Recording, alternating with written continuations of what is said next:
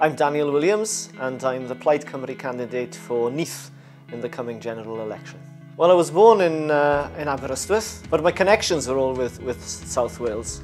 I've been living here in Alltwen in the Neath constituency since 2007, and coming back here was in a sense a return to roots in that I have connections with the constituency on both halves of my family. My grandfather was brought up in Alltwen itself.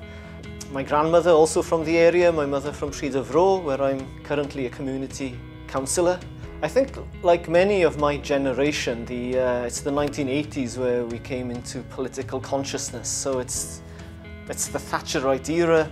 I was in my very early teens at the time of the miners' strike, and that was kind of a key galvanizing moment politically. It's the decade of the rise of the campaign for nuclear disarmament, the anti-apartheid movement, a very vibrant decade politically that sees in some ways a revival in the politics of Plaid Cymru and the nationalist movement towards the end of that decade too. So that's when I became politically conscious, and I've retained an interest in politics ever since, without being directly engaged. I'm not a career politician in that sense. I think there's a time in life where you start to think it might be time to step up. Both my children, Laurie and Dewi, now are in their teens, and we are starting to think, well, you know, is the world we're living for them better than the world we entered? And right now I think the answer is no. The unionist parties will produce their manifestos, but the key ideas around education, around health, around agriculture are essentially irrelevant in that these are devolved areas. The key question for Wales is, who's going to give you the strongest voice? Who's going to fight your corner? Who's going to get the best deal for Wales? Who's going to make sure when there's a big development in England that we have the equivalent kind of funding?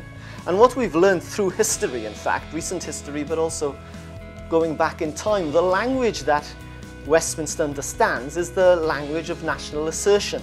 There's no point being sort of the silent, well-behaved child on the western margins of the British state. We have to raise our voices, and Plaid Cymru is of course the vehicle for doing precisely that. So the question facing the electorate in Neath is exactly the same question facing the electorate in the rest of Wales. That is, who's going to give you the strongest voice? Who's going to face up to the unionist politicians? Who's going to make sure that we get the justice that we deserve in Wales? And Plaid Cymru is precisely the vehicle for delivering that. And that's the reason why I'm standing, and that's my pitch in a sense to the electorate here in Neath.